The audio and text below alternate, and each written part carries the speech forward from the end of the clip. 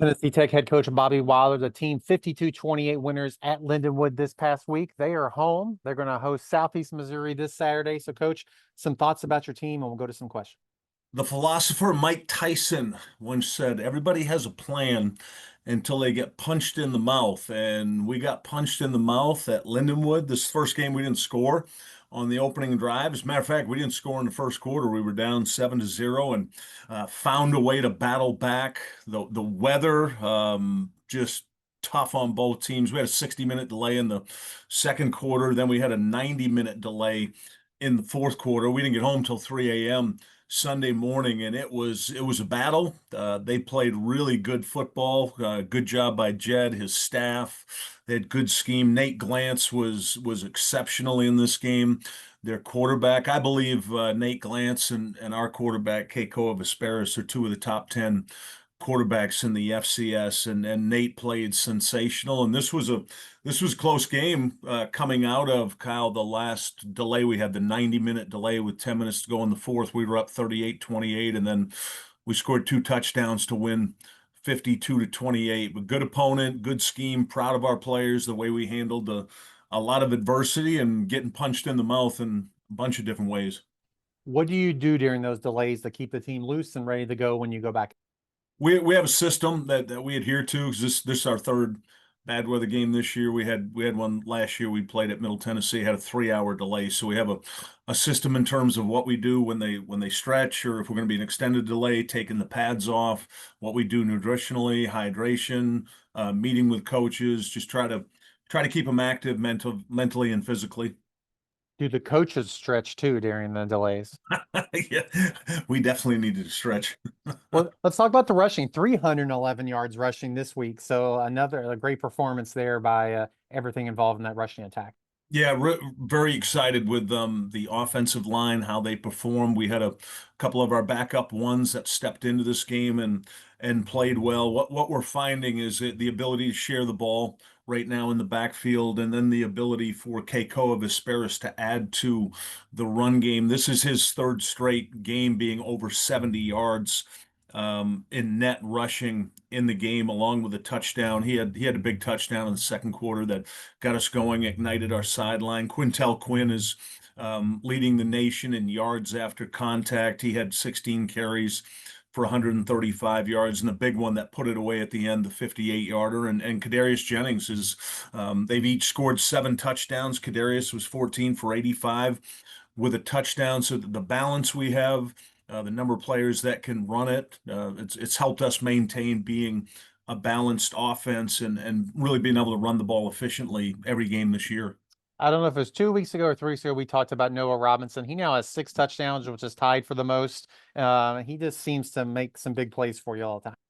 Yeah, he does. You're right about that. He's been very consistent with that. He's deserving of the touchdowns. He's one of our hardest workers in terms of run blocking. He takes tremendous pride in working at it, and it's good to see him, especially at the end of the game. It was fourth down that he caught his touchdown pass towards really our last drive of the game, a 29-yarder that put the game out of reach. Let's talk about your opponent then, SEMO, and they have had the last 2 games with a redshirt freshman quarterback after their injuries. What have you seen from them? Impressed with Tuke, have been gotten to know him these past 22 months that I've been here. His teams are they're always good. They always play good football. They've had a really challenging opening schedule. They played at number 1 North Dakota State. They played the 16th ranked Southern Illinois team at home. They had a money game to open the year, Arkansas State, and you can see this generally happens with a team that Tuke's involved with. They start to hit their stride. The quarterback's playing good football for them. They have good scheme. They always do.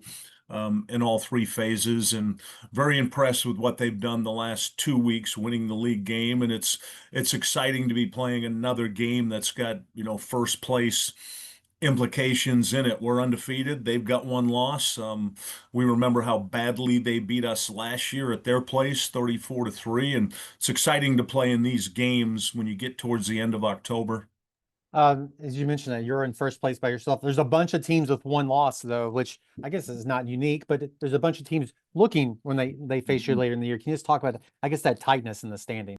Yeah, I love that. That's the great thing about college football and being in a league, whatever league you're in. There's four teams right now that only have one loss at this point, and we got to play three of them. We've got SEMO, and then Gardner Webb comes to town. You've also got Martin, who's really gotten hot lately. Hey, how cool is that? Jason Simpson getting to go see his boy play. I texted him Sunday. I'm going to talk to him in a couple of days, but I was so excited for him to get to go to Alabama, see his son play. They're playing really good football right now. Martin is. So you're starting to see, like last year, Kyle, this happen with a lot of teams once they get past their money games and start to get some guys back healthy. This league will start to play stronger and be stronger, I believe, towards the end of the season. You've been gone. You've been gone for 2 weeks in a row. So just the thoughts about being at home in front of that crowd again. This is exciting. I'm told the team after the game that was our three of our first four games in the league were on the road, which means now three of our last four league games are at home. That's a big advantage for us. We played really good football at home. We're undefeated at home this year. It's a special place for us to play. It's that 53 by 120 that we get to practice on, we get to play on every day. You mentioned the home crowd and having our people back. So this was such an important stretch, Kyle, these last two games to have to travel to Charleston Southern, a charter, and get home, early in the morning. And then this one with the delays to Lindenwood, 6.5 hour bus ride there, 6.5 back, not getting home till 3 a.m. To win both those games on the road is really good for our program and speaks a lot to the character of the players and the coaches. Coach, appreciate your time this morning. Best of luck this week, and then we'll talk to you again next Tuesday. You got it. Thank you, Kyle.